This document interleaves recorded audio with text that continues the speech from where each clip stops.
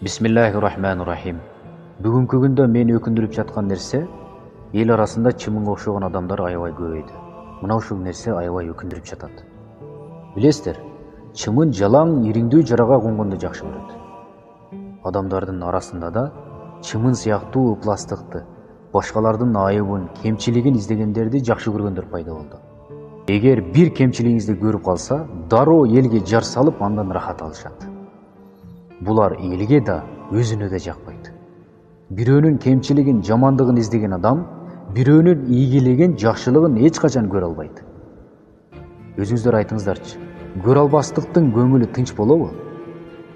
Жок, алардын көңүлү эч качан тынч болбойт. Дайыма жүрөк оору, сарсанаа менен жүрүшөт.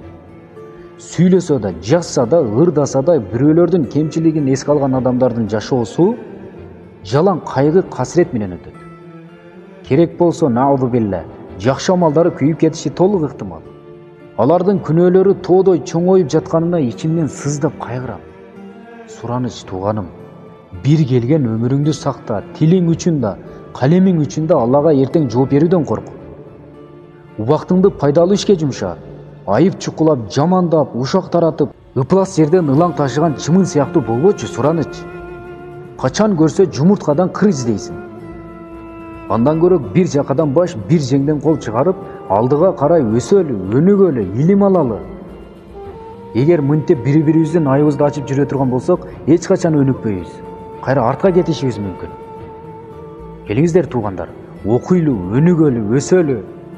Ушунчалык илимдүү экенсиз, ушунчалык билимдүү экенсиз, өзүңүздүн кошунаңызды, өзүңүздүн тууганыңызды, өзүңүздүн айылыңызды туура жолго баштап алыңызчы.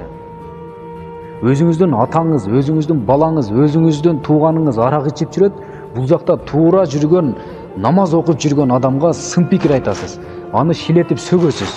Мындан эмне пайда табасыз? Сизге бир жакшылык келип жатабы? Мен бирөөнүн айыбын ачып жашоодон ийгилик таптым деп айтыңызчы. Айта албайсыз. Экран артында баатыр болбой, клавиша артында кыйын болбой, элдин алдына чыгып өзүңүздү патриот экениңизди көрсөтүңүзчү. Ушунчалык кыйын экенсиз. Колуңуздан келбейт.